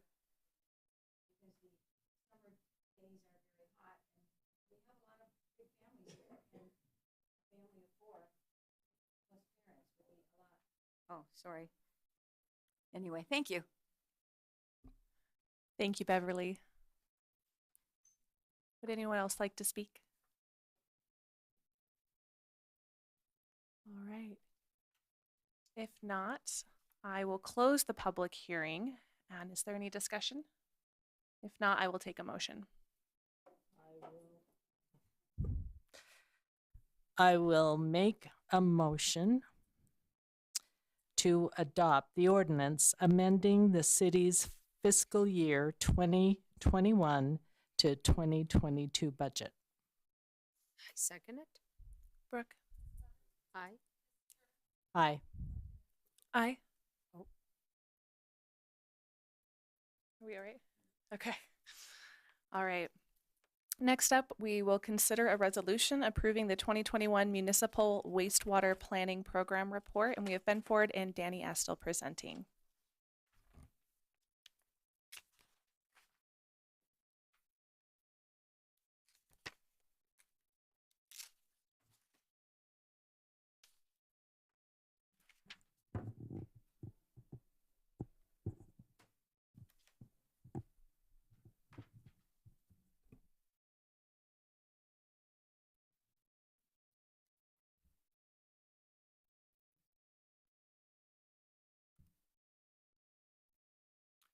Appreciate it, Council and Mayor. A few minutes to present our Municipal Wastewater Planning Program report for the calendar year 2021. So this is we're going to do just a brief overview of the report. So this is a mandatory report required to be submitted to the state every year. It's a requirement of any state-issued loans. Kind of gives general information system overview of the utility, the financial status of the utility. Goes over the system maintenance. We have to report on whether we've had any discharges, sanitary sewer overflows for the year in the report. Discusses operator certification. And then it goes over our sanitary sewer management plan compliance, as well as if we have a master plan. So we're just going to briefly touch on a few of those subjects. So our overall collection system, we have a grade 3 collection system, over 133 miles of pipe. And our system was first constructed in 1917, the first parts of our system. We have, in 2021, 95 new residential and commercial connections. That consisted of the Wynwood subdivision, Murray Cove, and Fashion Creek Court for the most part. So our total system, we service just the old part of Murray, not the east side of Murray, the annexed area. So we go basically up to 9th East, Cottonwood Improvement District, and Mount Olympus serve the other areas outside of our service boundary. So we have 3 wastewater lift stations within our system. And total, those service about 2,600 connections, and we pump about 709,000 gallons a day out of those lift stations. They're a very integral part of our collection system. So the financial overview part of the report. So it asks really just generalized questions. Do we have a dedicated enterprise account for the fund, which we do? Are costs sufficient to cover capital improvement projects coming up? And of course, with the latest rate increase, we are now in a position where we can cover those costs moving forward. We do charge an impact fee of $13.72 on any new home or business at a minimum. And then the average user charge for a residential home last year was $463.32.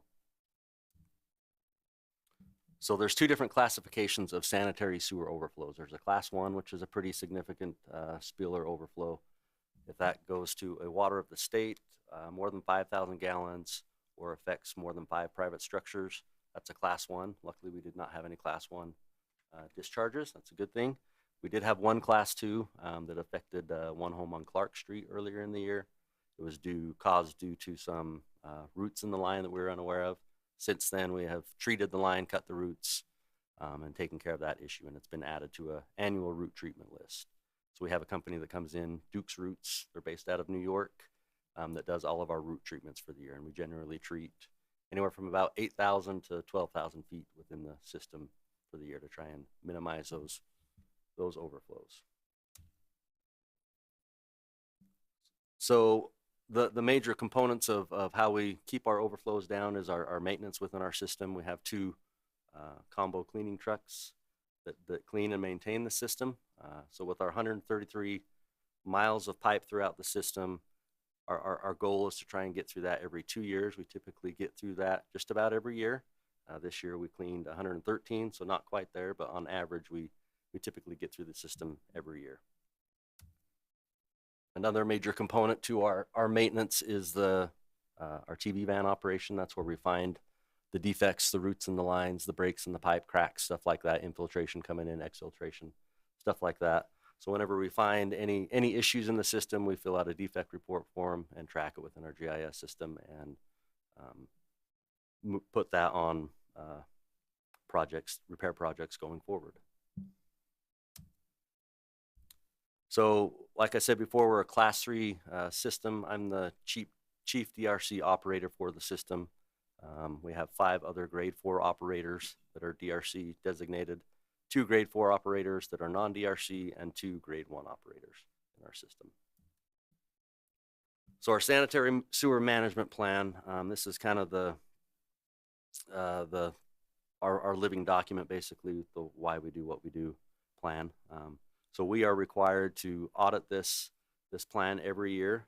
at least a quarter of it. We try and do a full audit every year. When we did the audit this year, the only thing that we found that needed to be updated was our standard operating procedures. And that's kind of a small portion of the permit that needs to be filled out every year, but a big part of how we function. So our master plan, we just updated our master plan in conjunction with Hanson Allen Luce Engineering helping us out doing that. And it was adopted in June of this year. And that identifies all of our CIP projects moving forward. And that also included a capacity assurance plan with hydraulic modeling of the collection system. That's a major part of the permit that needs to be filled out, is making sure during your hydraulic model that you're not going to have any overflows in the system. Pipes are being triggered at a certain percentage, which is 70%, to be full. And that's our trigger point to start design for a project when it hits that point. So in conclusion, overall, our collection system, even though it's a little bit older system, it's in good shape. We have a good handle on where our trouble spot issues are, and they're maintained on a weekly basis or a monthly basis, kind of determined on the issues. And then we have all of our lines. When we do find issues, they get put on a list, a rehab list, whether it's manholes or lines, depending on the severity. And we put them on a list to be repaired. And all 3 of our lift stations in the system are in good operational condition. So that is kind of the gist of a good summary of the report. Do you have any questions I can answer? I have a couple. Okay. In our packet, we got where you filled out yes, no questions. Do you know what I'm talking about? Yes. Okay, well, one of the questions is, do you have a water and or sewer customer assistant program? And it was quoted that, no, we don't have that. Has the city ever looked into something like that? Or do we not look into something like that? Or You want to answer that? We have never looked into it as far as the wastewater group. We haven't. That's more on the financial side of it, but I think the question is kind of leads into the heat program.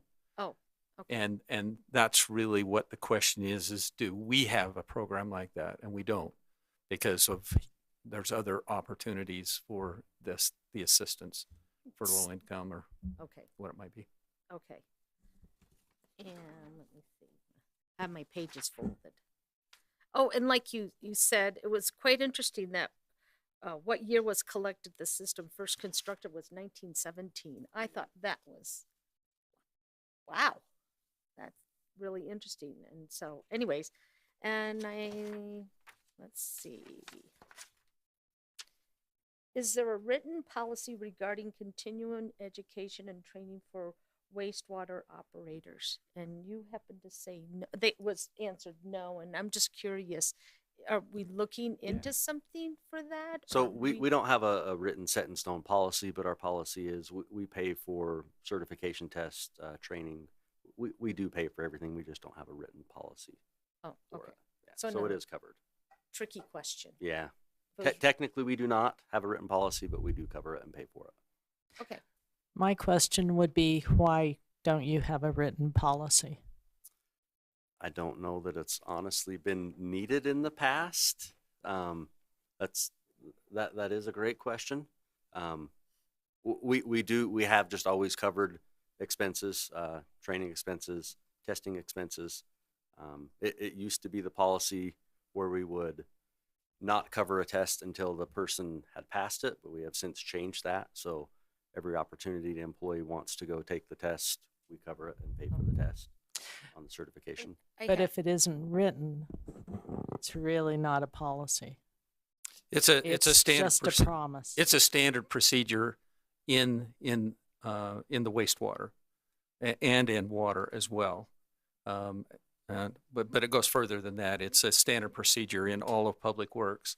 So anytime that somebody is doing a certification, we pay for that training to make sure that they're certified. So we don't have a written policy, but it's an operational policy. An internal.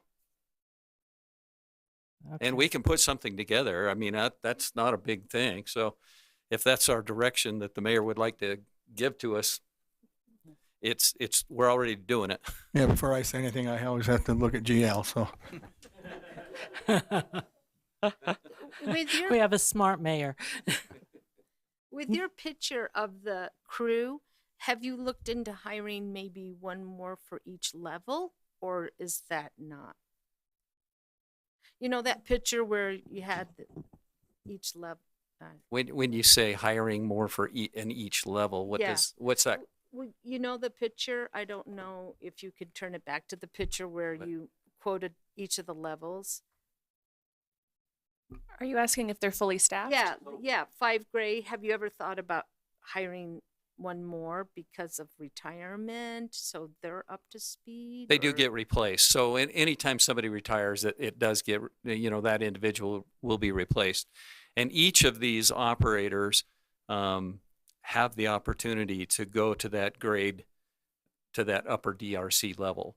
It's just where they're at. So the ones that are, the two that are the grade 4 operators, not quite DRC yet, they just need some more experience because you have to have a minimum number of years to be a direct responsible charge individual.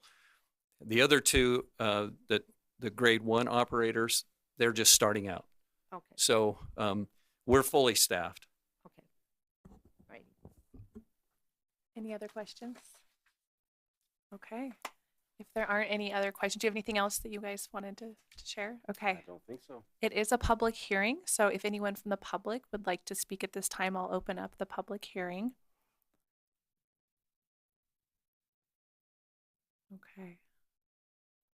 With that, then, if no one is interested in speaking at this time, I will close the public hearing. Any discussion? If there's no discussion, I will take a motion. I'd like to make a motion to adopt a resolution approving the 2021 Municipal Wastewater Planning Program report. I'll second. Brooke? Aye. Aye. Aye. Thank you. All right. We are done with our public hearings for today, and we'll move on to our business item. Consider a resolution approving the mayor's appointment of a representative to the NeighborWorks Governing Board. Mayor Hales presenting. Thank you, Kat. Jared, you want to come up?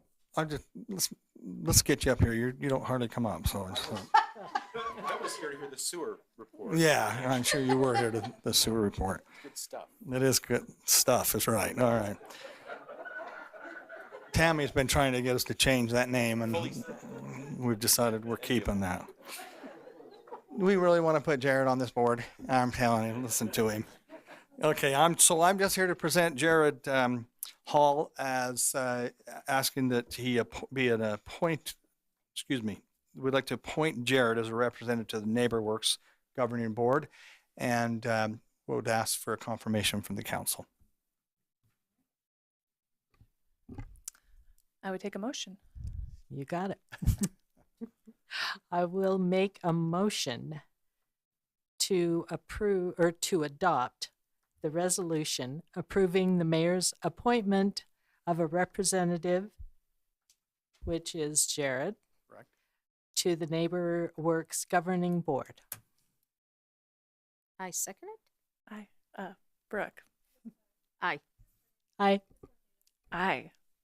Amazing. I just want you to know, Jared, that you passed, but Pam went, I approve? I mean, I don't know if that was a question or. We all were a little. I really got. Yes, it was like, yes? Okay. I heard the question too. I'm You did also- too. All right. Oh, you're good. Thank you. Thank you, and thank you, Jared, for being willing to serve. Thank you. I'm very excited. Thank you. Thanks, Jared. Did you want to say any words to accept this honor, Jared, or are you going to have a... You don't have to. I would just say, no, really looking forward to it. And I've been talking to Allison at the NeighborWorks board, and they'll be, I think on the 20th is their formal approval of that and accepting me on that board. And I'm just really excited to get working with them. So I Thank appreciate you. your support. We are glad to have you there. Thank you. I'm excited to fill this spot. So thank you. And Mr. Mayor, do you have anything to report? There we go. The only thing I was going to bring up, when I've been doing the budget, and Diane, I know you know this, and I'm trying to think if does Rosalba represent the East Side, some of the East Side also, or is it just you and Gary? Yeah, okay. As we've been doing the budget, I thought, you know what, I knew this as a council member, but go ahead, what? Okay. Anyway, I knew this as a council member, but when I've been watching the budget, I've thought, wow, you know what? The power department gives roughly $4 million to our city, and the East Side does not benefit from the power, but they benefit from the money because they don't have the power up there. But, and I know, like I said, I know you know that, but as I've been doing this, I thought our East Side members benefit big time property taxes because of all that money we get donated from the power department. And that's just been on my mind. I thought I need to remind everyone that, and probably more me than anyone, to remember that that's a lot of money that we give to the entire budget that lowers all property taxes to remain as low as they've been throughout the state. That's a good point. Yeah. So thank you. That's it. Thanks for your support. We appreciate you guys. Any questions? No? All right. If there are no objections, we are adjourned. There you go.